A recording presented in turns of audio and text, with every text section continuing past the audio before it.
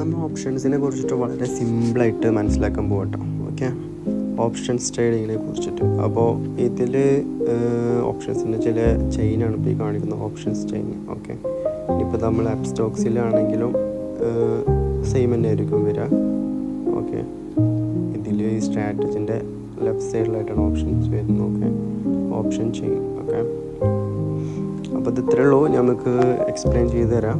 നമ്മൾ ഇപ്പോൾ ഒരു ഓപ്ഷൻ ചെയിൻ എടുത്തു. അതിൽ ഇപ്പോൾ നമ്മൾ ഗ്രോവിലാണ് എടുത്തിട്ടുള്ളത്. നിങ്ങൾക്ക് ഇഷ്ടമുള്ള നിങ്ങളുടെ ഏതാണ് ബ്രോക്കർ അതിലെടുക്കാം കേട്ടോ. അതേപോലെ ഇതിപ്പോൾ ഒരു സാധാരണ അതിപ്പോൾ നിഫ്റ്റിയുടെ ലാസ്റ്റത്തെ ക്ലോസിങ് ഫ്രൈഡേയിലുള്ള ചാർട്ടാണ്. ഓക്കെ, ഈ ചാർട്ട് തന്നെ നമുക്ക് ഇതിപ്പോൾ നിൽക്കുന്നത് ഒരു ഡോജ് ക്യാൻഡിലാണ്. ഓക്കെ, ഡോജ് ക്യാൻഡിൽ മീൻസ് സെല്ലിങ്ങും ബൈയിങ്ങും ഒരേപോലെ ഉള്ളതായിരിക്കും. ഓക്കെ, എനിവേ ഇതിപ്പോൾ ഈ പ്രൈസിൻ്റെ ക്ലോസിങ് ക്യാൻഡിലാണ് ഇപ്പോൾ ഇതുള്ളത്. ഓക്കെ, ഇതിൽ നമുക്ക് ഇതിൻ്റെ ഓപ്ഷൻ ചെയിനിലൊന്ന് പോയിക്കാം. നിഫ്റ്റിയുടെ തന്നെ ഇതിൽ നമ്മൾ ഈ ലെഫ്റ്റ് സൈഡ് കാണിക്കുന്നതാണ് കോൾ പ്രൈസ്, റൈറ്റ് സൈഡിലുള്ളത് പുട്ട് പ്രൈസാണ്. ഓക്കെ, നമുക്കിതിൽ ചെയിന് കറക്റ്റായിട്ട് മനസ്സിലാക്കണം.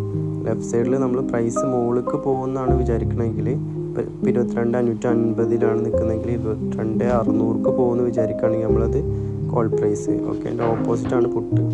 ഇതിൻ്റെ ഷോർട്ട് ഫോം മനസ്സിലാക്കൽ വളരെ ഇമ്പോർട്ടൻ്റ് ആണ്. ഇപ്പോൾ നമ്മൾ കോൾ എന്നുള്ളതിന്, അതായത് കോൾ ഓപ്ഷൻ എന്നുള്ളതിൻ്റെ കോൾ എന്നുള്ളതിന് നമ്മൾ CE എന്നാണ് പറയുക. ഓക്കെ, പുട്ട് ഓപ്ഷൻ ആണെന്നുണ്ടെങ്കിൽ PE, പുട്ട് ഓപ്ഷൻ. ഇത് റൈറ്റ് സൈഡിൽ എല്ലാ ചെയിൻ്റെയും ലെഫ്റ്റ് സൈഡിൽ കാണിക്കുന്നത് കോള്, റൈറ്റ് സൈഡിൽ കാണിക്കുന്നത് പുട്ട് പ്രൈസ്. ഓക്കെ, ഇപ്പോൾ ഈ കോൾ പ്രൈസിൻ്റെ ഷോർട്ടാണ് CE, പുട്ട് പ്രൈസിൻ്റെതാണ് PE. ഇത് വളരെ ഇമ്പോർട്ടൻ്റ് ആണ് കേട്ടോ. കോള് CE, പുട്ട് PE, അത് മനസ്സിലാക്കിയിരിക്കും. നമ്മൾ സിഗ്നലിലൊക്കെ നമ്മൾ അങ്ങനെയാണ് കൊടുക്കുക. കോള് കംപ്ലീറ്റ് എഴുതില്ല, അത് നമ്മൾ ആ ഒരു ടൈം മാത്രം മനസ്സിലാക്കി വെക്കുക. ഓക്കെ, ഇനിയിപ്പോൾ നമ്മൾ നിഫ്റ്റിയുടെ ചാർട്ടിങ്ങനെ തിരിച്ചു വന്നു. ഏത് ചാർട്ട് കൊടുക്കാട്ടെ നിങ്ങൾക്ക് മനസ്സിലാവാൻ വേണ്ടിയിട്ടാണ്. ഇപ്പോൾ നിഫ്റ്റിയുടെ ചാർട്ടിൽ തിരിച്ചു വരുമ്പോൾ ഈ പ്രൈസ് ഇപ്പോൾ ഈ ഗ്രാഫിൽ കാണിക്കുന്നത്, നോർമലി കാണിക്കുന്നത് ഇത് ഇനി താഴത്തേക്ക് പോകാനുള്ള ചാൻസ് ഉണ്ട് എന്നാണ്. ഓക്കെ, ഇനി നമുക്കിതിന് വേറെ ഇൻഡിക്കേറ്റേഴ്സും കാര്യങ്ങളൊക്കെ വെച്ച് കൺഫേം ചെയ്യണം. ഓക്കെ, നിങ്ങൾക്ക് സിഗ്നലായിരിക്കുമല്ലോ മെയിനായിട്ട് കിട്ടുക. അപ്പോൾ നിങ്ങളിപ്പോൾ നോക്കേണ്ടത്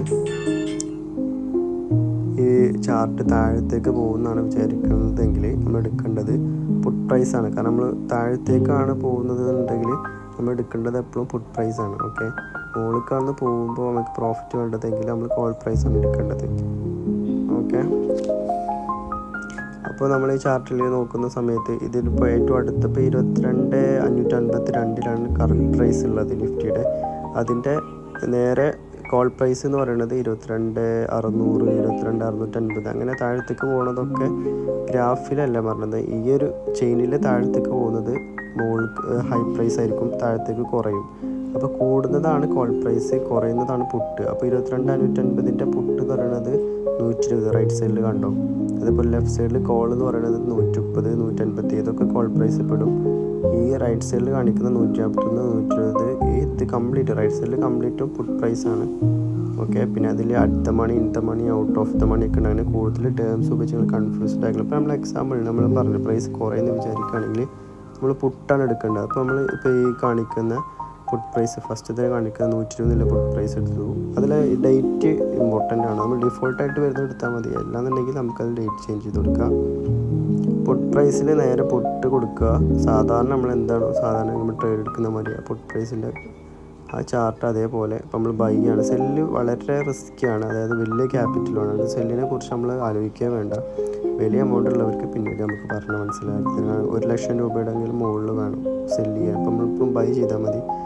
ബൈയിൽ സാധാരണ പോലെ അത് എടുക്കുക. നമുക്ക് ഇൻട്രാഡേ സെലക്ട് ചെയ്യണം. ഇൻട്രാഡേ ഇപ്പോൾ മാർക്കറ്റ് ടൈം അല്ലാത്തതുകൊണ്ട് ഇൻട്രാഡേ പറ്റില്ല. ഓക്കെ, സാധാ പോലെ തന്നെ ബൈ കൊടുക്കുക ഇൻട്രാഡേ. ഇതിൽ ക്വാണ്ടിറ്റി എന്നുള്ളത് മിനിമം 75 ആണ് നിഫ്റ്റിക്ക്. ഒരു ലോട്ട് എന്നുള്ളത് മിനിമം 75 ക്വാണ്ടിറ്റി ആണ് നിഫ്റ്റിക്ക് വരിക. അതിൽ കുറച്ച് നമുക്ക് മേടിക്കാൻ പറ്റില്ല, കൂടുതൽ മേടിക്കുക. അതിപ്പോൾ പ്ലസ് നിൽക്കിക്കഴിഞ്ഞാൽ 75 നേരെ ഡബിളാവും. അതിനിപ്പോൾ നിഫ്റ്റിയുടെ തന്നെ ഇപ്പോൾ നമ്മൾ ജസ്റ്റ് ബാങ്ക് നിഫ്റ്റി എടുത്ത് നോക്കുക. ബാങ്ക് നിഫ്റ്റിയിൽ നമ്മൾ ഓപ്ഷൻ ചെയിൻ പോയിട്ട് നമ്മൾ ഒരു ലോട്ട് എടുക്കുന്ന സമയത്ത് ഇത്ര കാണിച്ചു തരാം. കണ്ടോ, മിനിമം 30 ക്വാണ്ടിറ്റി ആയിരിക്കും. ഇപ്പോൾ ഈ ചെയിനിൽ അങ്ങനെ ഒരു ഡിഫോൾട്ട് അവർക്ക് റൂൾസ് ഉണ്ടാവും. മിനിമം ഇത്ര ക്വാണ്ടിറ്റി മേടിക്കണം. അതായത് ഒരു ലോട്ട് എന്ന് പറയുന്നത് 30 ക്വാണ്ടിറ്റി ഉണ്ടാവും.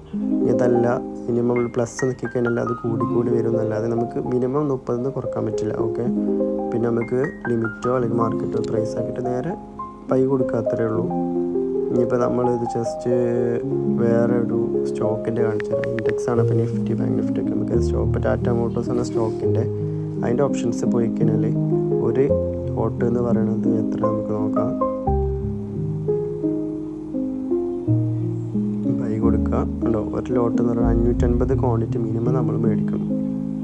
ഓക്കെ, മിനിമം നമ്മൾ 550 ക്വാണ്ടിറ്റി മേടിക്കണം.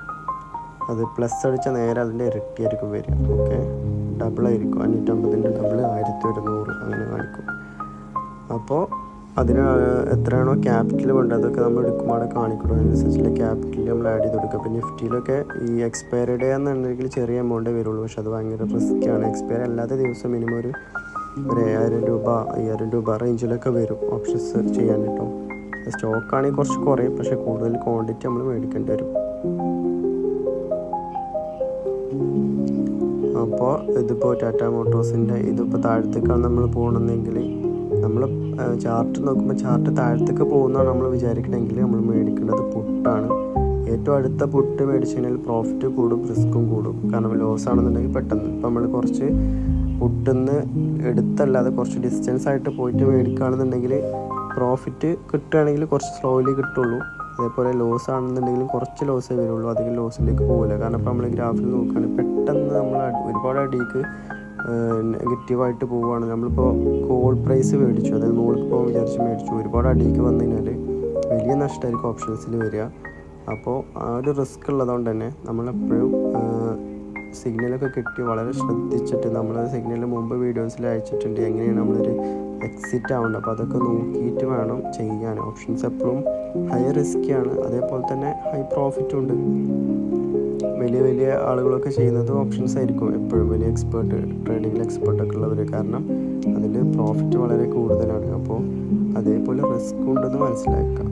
അപ്പോൾ ഇതിലിപ്പോൾ ഈ ചാർട്ട് നമ്മൾ താഴത്തേക്ക് പോകും വിചാരിച്ചിട്ട് അത് മുകളിലേക്ക് പോയി കഴിഞ്ഞാൽ വലിയ ലോസ് ആയിരിക്കും. അതേപോലെ നമ്മൾ താഴത്തേക്ക് പോകും വിചാരിച്ച് പുട്ട് മേടിച്ചു, പിന്നെ അത് മുകളിലേക്ക് പോയി കഴിഞ്ഞാൽ അപ്പോൾ ലോസ് ആയിരിക്കും. ഓക്കെ, പിന്നെ നമുക്ക് നോക്കാനുള്ളത് ഇതിൽ ഡി കെ എന്ന് പറഞ്ഞിട്ടൊരു എഫക്റ്റ് ഉണ്ട്. ഈ ഡി കെ എന്ന് പറഞ്ഞ എഫക്റ്റ് വളരെ ഇമ്പോർട്ടൻ്റ് ആണ്. അതായത് നമ്മളിപ്പോൾ ഒരു സ്റ്റോക്ക് മേടിച്ച്, ഓക്കെ, ഓപ്ഷനിൽ സ്റ്റോക്കല്ല, ഓപ്ഷനിൽ നമ്മളൊരു പുട്ടോ കോളോ മേടിച്ച് വിചാരിക്കുക. നമ്മളെ മാർക്കറ്റ് ആ ഒരു പൊസിഷൻ തന്നെ കുറേ ടൈം നിൽക്കുകയാണെന്നുണ്ടെങ്കിൽ സ്വാഭാവികമായിട്ടും നമ്മളിപ്പോൾ 100 രൂപയ്ക്ക് മേടിച്ചത് പ്രൈസ് കൂടണമില്ല കുറയണമില്ല, അവിടെ തന്നെ ഇങ്ങനെ സൈഡ് വേസ് എന്ന് പറയുമ്പോൾ കുറച്ച് ചെറിയ മൂവ്മെൻറ്റിൽ ഇങ്ങനെ നിന്ന് കഴിഞ്ഞാൽ ഈ 100 എന്നുള്ളത് 90 ആവും, 80 ആവും. അങ്ങനെ ഒരു എഫക്റ്റ് ഉണ്ട്. അതായത് നമ്മൾ 5 മിനിറ്റ് അല്ലെങ്കിൽ 4-3 മിനിറ്റിൻ്റെ മുകൾക്കൊന്നും അധികം പോകാൻ പറ്റില്ല. നമ്മൾ പ്രോഫിറ്റാണോ നോക്കുക, പെട്ടെന്ന് എക്സിറ്റ് ആവാം. ഈ പൊസിഷനിലാട്ടോ വന്ന് കിടക്കുക. നമ്മളിപ്പോൾ ഒരു കോളോ പയ്യോ വാങ്ങിച്ചു കഴിഞ്ഞാൽ അല്ല പൊസിഷനിലുള്ള ടാബില്ലേ അതിലായിരിക്കും വന്ന് നിൽക്കുക. ഓക്കെ, അത് മനസ്സിലാക്കുക. പൊസിഷനിൽ പോയിട്ടാണ് നമ്മൾ എക്സിറ്റ് അടിക്കേണ്ടത്. അപ്പോൾ ചെയിൻ ഇത്രയേ ഉള്ളൂ. റൈറ്റ് സൈഡിൽ കാണിക്കുന്നത് പുട്ട്, ലെഫ്റ്റ് സൈഡിൽ കാണിക്കുന്നത് കോളി എന്ന് പറയുന്നത് നമ്മളിപ്പോൾ 100 രൂപേൻ്റെ സ്റ്റോക്ക് 150ലേക്ക് പോകുക അല്ലെങ്കിൽ അതിന് മുകളിലേക്ക് പോകുന്ന എക്സ്പെക്റ്റ് ചെയ്യുമ്പോഴാണ് നമ്മൾ കോള് മേടിക്കേണ്ടത്. കുറയുമെന്നാണ് എക്സ്പെക്റ്റ് ചെയ്യേണ്ടതെങ്കിൽ നമ്മൾ പുട്ട് മേടിക്കുക. അതായത് ബൈ ചെയ്യേണ്ട, സാധാരണ നമ്മൾ ബൈ ചെയ്യൽ എപ്പോഴാണ് പ്രൈസ് കൂടും വിചാരിക്കുമ്പോൾ, സെല്ല് ചെയ്യുന്ന എപ്പോഴും കുറയും വിചാരിക്കുമ്പോൾ, അതിൻ്റെ വേറൊരു ഓപ്ഷനാണ് കോളും പുട്ടും. ഓക്കെ, അപ്പോൾ അതെപ്പോഴും മനസ്സിലാക്കുക. അപ്പോൾ ഈ ഡീക്കൻ്റെ എഫക്റ്റും അതും ഇമ്പോർട്ടൻ്റ് ആണ്. അതായത് നമ്മൾ പ്രൈസിൽ തന്നെ ഇങ്ങനെ നിൽക്കുക, നമ്മൾ പുട്ട് മേടിച്ചിട്ട് അത് താഴത്തേക്ക് പോവാതെ നിൽക്കുക, അല്ലെങ്കിൽ കോള് മേടിച്ചിട്ട് മുകളിലേക്ക് പോവാതെ അത് തന്നെ സ്റ്റിക്ക് ഓൺ ചെയ്ത് നിന്ന് കഴിഞ്ഞാൽ നമുക്ക് നഷ്ടം വരും. ഇപ്പോൾ നമ്മൾ ചെറിയൊരു 150 രൂപയ്ക്ക് പോയി 100 രൂപയ്ക്ക് മേടിച്ച് 150 നമുക്ക് പ്രോഫിറ്റിലാണ്. പിന്നെ അത് 140, 130, വീണ്ടും 120, അങ്ങനെ പിന്നെ 150 എത്തുമ്പോൾ ചിലപ്പോൾ നമ്മൾ ലോസ് തന്നെ ആയിരിക്കും. അങ്ങനെ ഒരു എഫക്റ്റ് അതിൽ ഓപ്ഷൻസിലുണ്ട്. നമ്മൾ പ്രൈസ് മേടിച്ചിട്ട് പെട്ടെന്ന് മുകളിൽ പോയാൽ നമുക്ക് പ്രോഫിറ്റാണ്. പക്ഷേ വീണ്ടും താഴത്തേക്ക് ഇങ്ങനെ വന്ന് മുകളിൽ തന്നെ പോയി ഇങ്ങനെ കളിച്ച് അവിടെ തന്നെ ഇങ്ങനെ സ്റ്റക്കായിട്ട് നിന്ന് കഴിഞ്ഞാൽ അപ്പം നമുക്ക് ലോസ് വരും. അങ്ങനെ ഒരു ഓപ്ഷൻ, അതിനാണ് ഡി കെ എഫക്റ്റ്. ആ ഒരു ഓപ്ഷന് അങ്ങനെ ഒരു ഓപ്ഷൻ ഇതിലുണ്ട് എന്നുള്ളതും കൂടി മനസ്സിലാക്കിയിട്ട് ചെയ്യാം. ഓക്കെ, എന്തെങ്കിലും ഡൗട്ട്സ് ഉണ്ടെങ്കിൽ ചോദിക്കാം.